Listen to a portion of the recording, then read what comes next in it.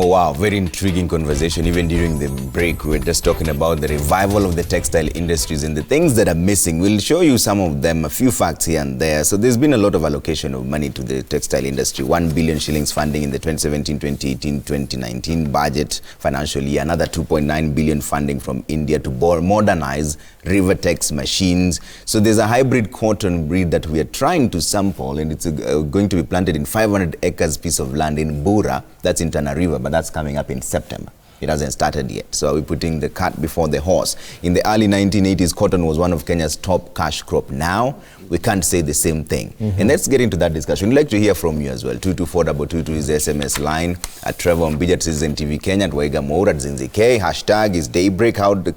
What more should be done to revive this industry? Because in the early 90s, the textile industry was the second largest employer after public service. So what killed the textile industry, and has it been resolved before we pump in the money? And that's where we start. Honorable Kaga, I'll start with you.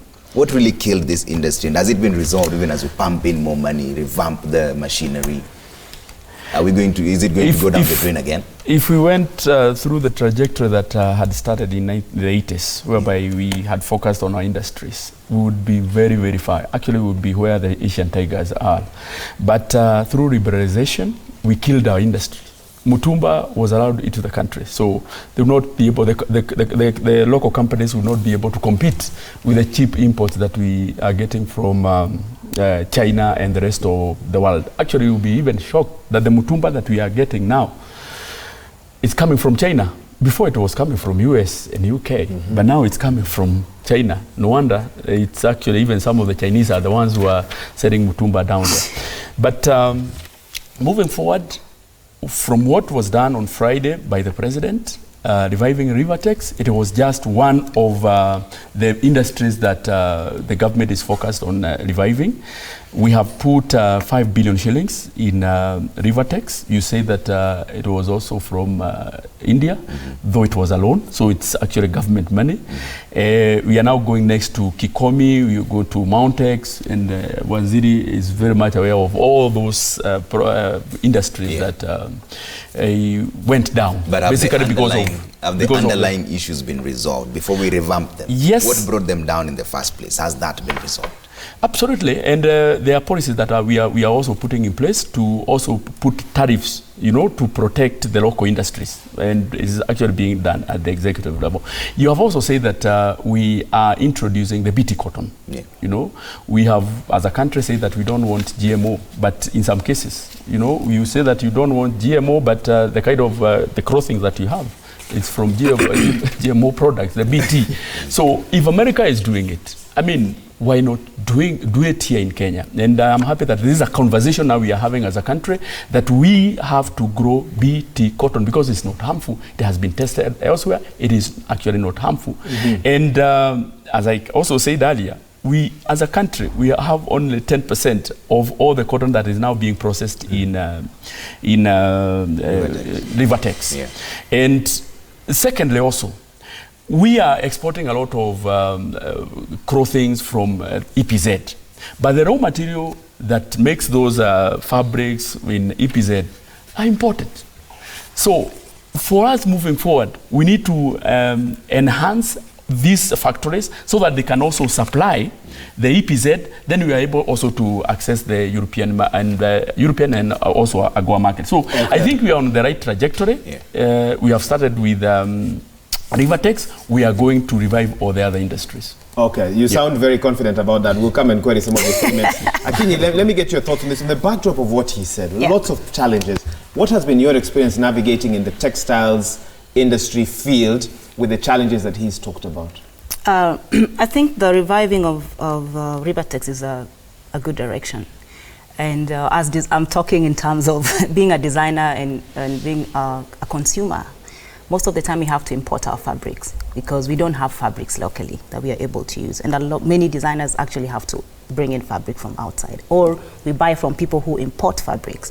So we don't have local fabrics that we are able to use. So looking at the Rivertex relaunch, my question would be, do they have synthetic fibers as well? Do they have blended fibers as well? And at this point, I think the government need to also engage with the fashion designers and everybody who is involved, because a lot of times is the full value chain. Because a lot of time the government speaks on this level, and with the big mills and the big producers. So where is the designer? Where is the tailor? Where is the fundi? You know, how do we benefit from up? You know, from the bottom to the top part? Because also in Africa, if you just take the analogy of fire, you know, you have to blow it from the bottom for it to burn. You can't blow it from the top. Okay. So if we don't blow the fire from the bottom as a government, then I think we are... But it's a good direction. We are looking into, as designers, personally, I'm looking into getting my fabrics locally. We had Isipe that used to produce silk. I think it also just went down. Oh yeah, because I was about to ask you. We had Raymond, you know, we had high quality so wool. There was a time when you were able to source your products. I don't know how long you've been in the field. Yes, I've been in the field for about 18 years. But by the time I was getting into the field, cotton was already dying off, and all that was already dying off. So, in as much as the government is focusing on the cotton and Rivertex, we also need Isipe to be revived as well, so that we use that. Raymond, we had very high quality woolen material for suits. You know, right now you have to import everything.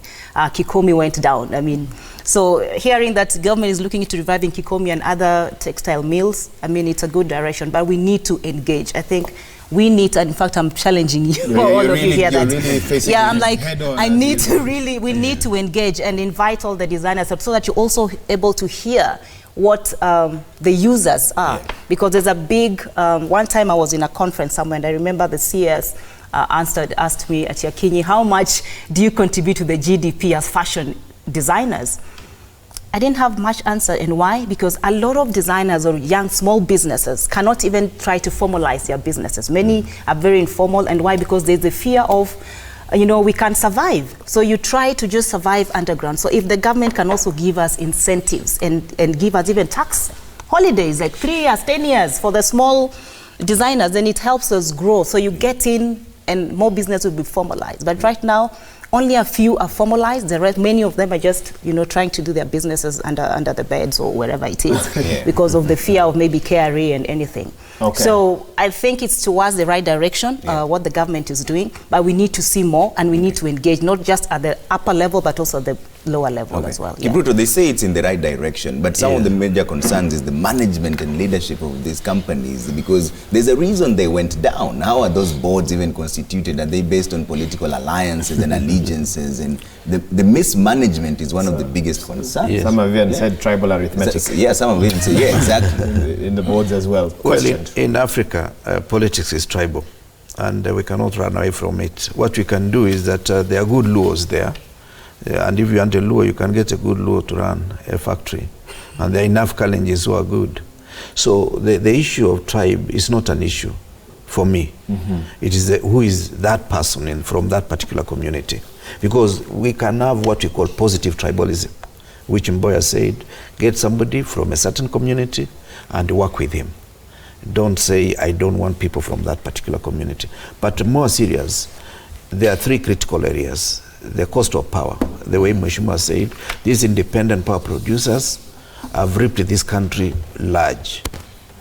And therefore, we need to look at that particular issue. Now, the cost of production, because cotton is competing with many other crops for the same space of land and for the same economic conditions.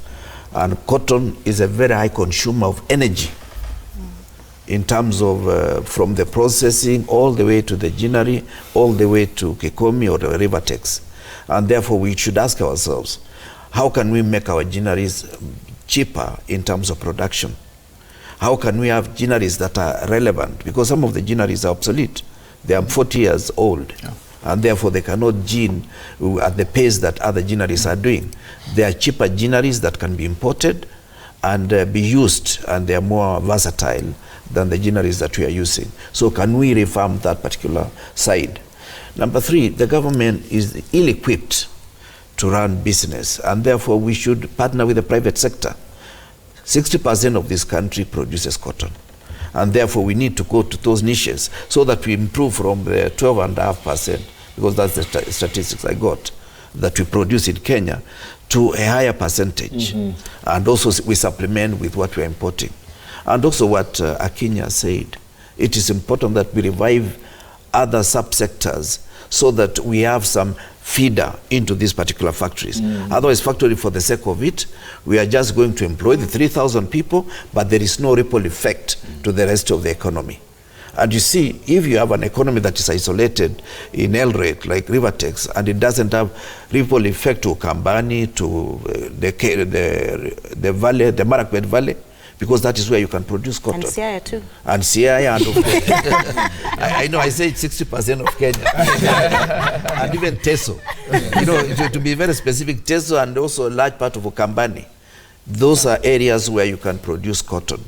And you see, that's the only way you can have transformative agenda. But if you have an isolated factory like Rivertex and it doesn't have ripple effect, then you are not transforming the country. Okay. Yeah. And David Oceani, even as you weigh, I don't know what you're smiling about, but even as you weigh in on this, concerns from those who trade in Mitumba, that if you revive the textile industry, you kick us out. So let's talk a bit about that, even as you give us your other thoughts. That's why I said what's good for the goose is good for the gander.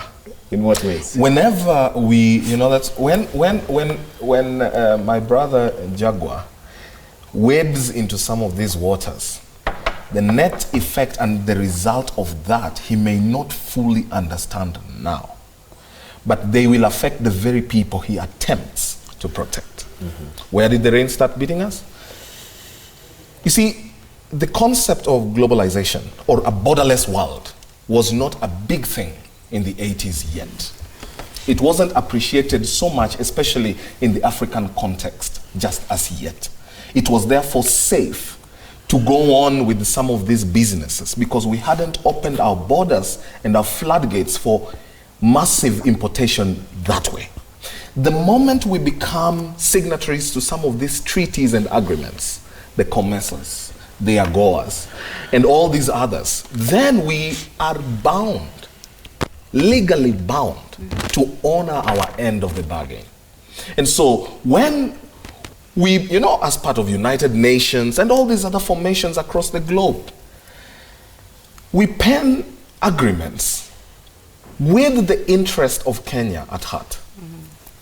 We also are cognizant of the fact that in agreeing to some of these things, we will lose somewhat. But in the whole, we will gain. So over time, then we started importation of mitumba. What has that led to? The current crisis in the textile industry. Now, we have committed 5 billion, as Mheshimiwa Kanini Kega says, to Rivertex. You know what is sad about that? What is sad is that we are going to spend 1 billion to import raw material, which should have ideally been spent towards ensuring we have the raw material. I loved it when the president said that part of his Big Four agenda was the manufacturing industry. And he has tried to walk the talk. But you see, the president can also do just as much as is there to be done. We have to ensure that we already have cotton for Rivertex. If we are going to revive Kikomi, we have to be honest with ourselves and ask, do we have the raw material for Kikomi? Do we have the raw material for Mountex? In a region like Mount Kenya, where tea and coffee have become the main thing, overtaking what used to be there even around the region that supplied Mountex, are they going to uproot tea and coffee? What would you say about those who feel that the plan to start producing raw materials came after the launch of the factory? Yeah. After the commissioning? Because what would it is actually true, because I want to say that acres of land in Bura and Tana River is where we are planning to plant the cotton, but that is starting in September. So in the meantime, we're importing. A lot has been happening, and we have also allocated quite a huge chunk of resources in seedlings to do with cotton. And the advantage of cotton is that cotton grows in the arid and semi-arid area, so it will not interfere with the coffee and tea.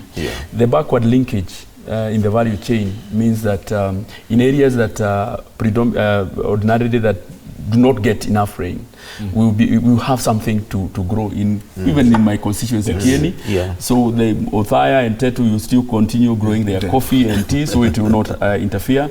As Mheshimiwa had said, In Ukambani, we will have cotton being grown in Ukambani. Yeah, you will. So we are not doing it. No, it's happening. It's happening. Though in a small scale, but you know, people, because of the historical issues that they had, the experience that they had when they grew cotton and they didn't get a market, they were like, I mean, we'll grow this cotton and we will not get a market. But now, since we have a factory and they saw that they have a factory, and they also get payment for the produce that they deliver, then definitely they will be encouraged to even grow more cotton. So I think it's a case of where we should have started. But I think starting with the factory itself was a good thing, going by the history. That the farmers were dejected, they were like, no, this is a waste of time. And I believe now there is more urge. In fact, we are getting inquiries every other day, even from the Minister of Agriculture, in terms of areas that now farmers can grow cotton. So I think we are on the right track. I believe we have started it. He doesn't think we are on the right track. We are on the right track, actually. I totally agree. And lastly, is that the BT cotton, which is more resistant to diseases and conditions, I believe with the BT cotton, grown by the small-scale traders, the one that you are talking about is on large scale. Being grown by the small-scale traders definitely will suffice for the moment. Well, one would have his very honest and natural fears, having seen Galana Kulalo, whether now this is also in Tanariva. But also I think there must be a deliberate effort to inform people in this arid and semi-arid areas about the possibility of making an income from growing cotton. That information is not out there, and as long as it sits in Nairobi, it may not be very useful. So as many opportunities as are available to tell people in those areas that this is an option. Those, you know, people even live in arid and semi-arid, but they don't even know that that's an arid and semi-arid place. So they only know. That's home. So you have to then deal with cost of production. When you talk about cost of production, I am privileged to sit in a board of one of the parastatal manufacturing industries, and I see what happens in the textile industry happening to the sugar industry. In another few years, we will say, oh, we used to have sugar industry that used to do A, B, C, D, but are not divulging into sugar. The thing is, you have a plant. The equipment is so old that there is no science with which it will consume little power. No science. Even if the president today zero-rated power for the manufacturing sector and said, like Ethiopia, we will do 4 cents per kilowatt hour, what that plant will consume, because it was built in 1965 or 1970, is nowhere compared to the newest technology. So we need to modernize our equipment to help lower the cost of production. As we address modernizing our equipment, we also must address the issue of the cost of electricity. If you go to Ethiopia, the new industrial zones have power at almost, the country, as Mheshimiwa Kanini was saying when we were off air, you know, 4 cents per kilowatt hour, unlike our 12 to 15 cents per kilowatt hour. So these guys have an 80% advantage. But in the new economic zones, industrial zones, you're talking about almost 2.8 to 3.2. They've just said anyone who is dedicated to come here. And Honorable Kipruto Kirwa had mentioned, I thought he would get back to it, the cost of land. You know, so this country must agree that there are things that if we do not decisively deal with corruption, we will not deal with them. Because you want to set up a factory, you will go to the National Land Commission, which values a house worth 40 million to be worth 233 million. Those are issues we need to deal with. Then you have to deal with issues of work ethic. I sit on a parastatal board. I know the work ethic of Kenya is wanting. It's appalling. We are not patriots. We do not love our country. We wake up to say, wacha tuende tuangushe, after all, it is falling in ya serikali. We get to work at 8. We do nothing till 10. We are forced to do something till 11. We leave at 12:30 for lunch. We come back at 2. We hang our coats. We wait at 4:30 for 5 o'clock to go home. Is that an issue of complacency or incompetence? Is that complacency or incompetence? Because you know you have a godfather who got you there. No. Even people who do not have godfathers who put them there. Because they get into this culture. I refuse to believe that government cannot do business. Honorable Kiro had intimated that to an extent government cannot do business. Ethiopian Airline, which is one of the leaders of the airline industry, my friend, is a government parastatal. But you know, okay, let's get quick reactions. I like the way he's so assertive. But you know, some of the things are not entirely true. Yeah. Before I took over the Ministry of Agriculture, I used to have this notion that civil servants are ill-equipped in terms of running the affairs of the nation. Not at all. But when I looked at it genuinely, and I did an in-depth analysis of what was happening, is that there were many people who had not been promoted for as long as 13 years. They were staying in the same job group. So when we revitalized the ministry, by the time I was leaving, my ministry was number one. So at times we number one ranked by the government itself. By the government, okay. Yes, it So was within performance your contracting. Okay. Performance contracting, and it was scientifically done. Now, and even in terms of GDP, it was negative 2.4 when I took over. In terms of agriculture GDP, by the time we left, it was 6.8. Now, when we are talking about Ethiopians, I've lived in Ethiopia for 4 years. Ethiopians, they have the longest holidays. They have 90 holidays in a year. Kenyans, we have hardly 10 holidays in a year. Kenyans are hardworking. That's something that we should not take away from them. Yeah. What we need to do is political orientation. You see, change can come from the bottom, the way Akinyi said. Also, change comes from the top. Once the political leadership of a nation decides to change their orientation, they will change. Murtala Muhammad, within 24 hours, everybody was in the office by 7 o'clock. Former Nigerian head of state. Head of state. Because he was no nonsense man. Now, if Uhuru was serious today, he should change by changing the orientation of his cabinet. When you see a PS talking about the deputy president of a nation, that is bad manners. And when bad manners is in town, all good manners is taken away. Now, what we also need to do is the cost of production. The cost of production, the issues like insecticide, the cost of ginaries, and the power in the ginnery. Why don't we isolate them and we make it have power at half the rate, the way it was said about Rivertex? Because you cannot just take cotton from the Kerio Valley or from Siaya, as she said, and you take it to Rivertex. You have to gin it so that it has to go through a certain process. And those ginneries are critical components in terms of this cotton industry. So we must not think in isolation. Now, the 500 acres is a drop in the ocean. Cotton can best be produced at almost household level because you will be using some kind of local labor, including young children. And it is not going to be child labor because it's part of family work. During holidays when they are away. We went there away. That is how we were brought up. Many of us, we became farmers not by training. We became farmers by inculcation. During the holidays, you are supposed to take care of livestock, you take care of crops, and also you have to do the whatever. Actually, it's part of the new curriculum. Yeah. But now when you go to the new curriculum, I have a lot of beef with that. Can we take a break? Akinyi, we're coming to you. I promise you that. We're taking a break, and then when we come back, we'll have some feedback to it, and then Akinyi will give you a chance to respond to what's been said. You're watching Daybreak. Stay with us. We'll be right back.